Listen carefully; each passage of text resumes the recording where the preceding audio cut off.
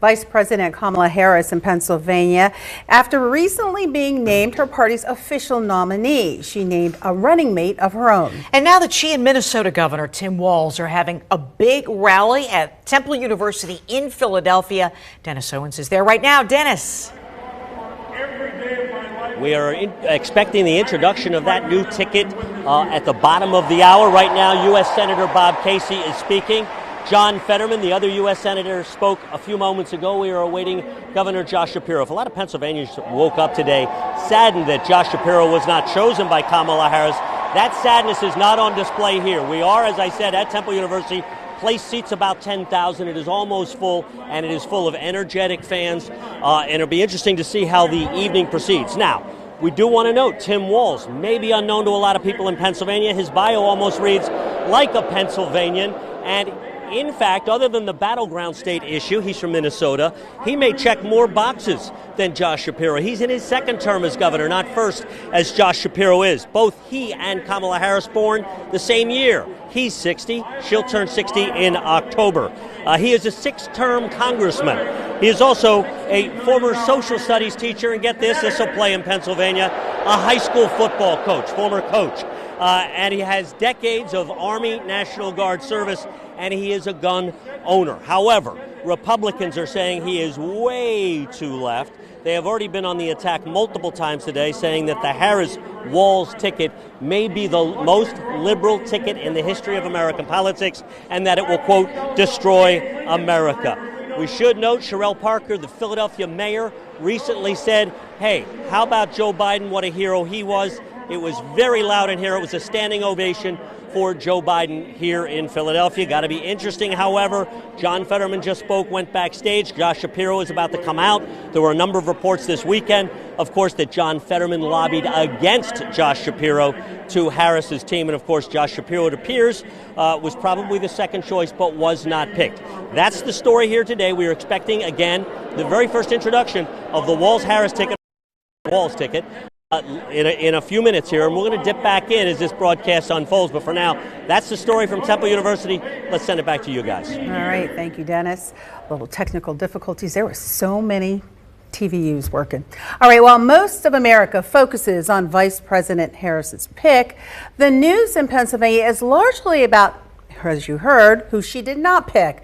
Does that mean the Commonwealth itself is any less important than many thought? Seth Kaplan is live with that part of the story. Seth. Hey, Valerie, I want to talk also about possible reasons why Kamala Harris did not pick PA Governor Josh Shapiro. But first, it's only natural for all of us to look at the world here through Pennsylvania-colored glasses. So let's start by asking the uncomfortable question. Is the Commonwealth any less important than we thought? Pennsylvania remains the center of the national political universe. It is very difficult to get those 270 electoral college votes you need to become the president unless you take the Keystone State. Minnesota, less electorally important. Democrats almost always win it. Even in 1984, when it was the only state Walter Mondale won against Ronald Reagan, and Republicans don't need it. So why Minnesota's governor instead of Pennsylvania's? There are pros and cons for any of the number of individuals that the Harris team was considering for VP. So I don't know if we can assign any specific kill shot here for Shapiro. Shapiro himself says Vice President Harris has my enthusiastic support, and I know Governor Tim Walz is an exceptionally strong addition to the ticket who will help Kamala move our country forward. Democratic strategist Brittany Crampsey says personal style might matter. Shapiro, like Harris, a former prosecutor. And maybe stylistically, she felt like she had that covered. And Tim Walz adds a little bit of breadth of personality. I wouldn't describe it as a safe pick, but Tim Walz is inoffensive. You know, he appeals on a very human level. Still, she acknowledges if picking Shapiro carried certain risks, not picking him has its own risks. He's got an approval rating over 60%. I think he would have certainly locked down Pennsylvania. You have a younger governor of Pennsylvania. It's a swing state. Republican State Representative Seth Grove thinks Shapiro's Jewish religion might have mattered.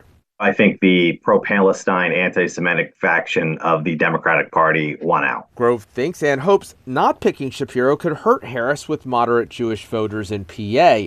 And he says even if Walz's personality is inoffensive, his views aren't for centrist voters.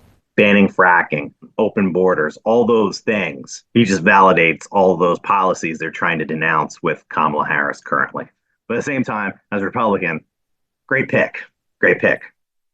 Crow joking there. He thinks not picking Shapiro will help the Trump-Vance ticket in PA, which of course he supports.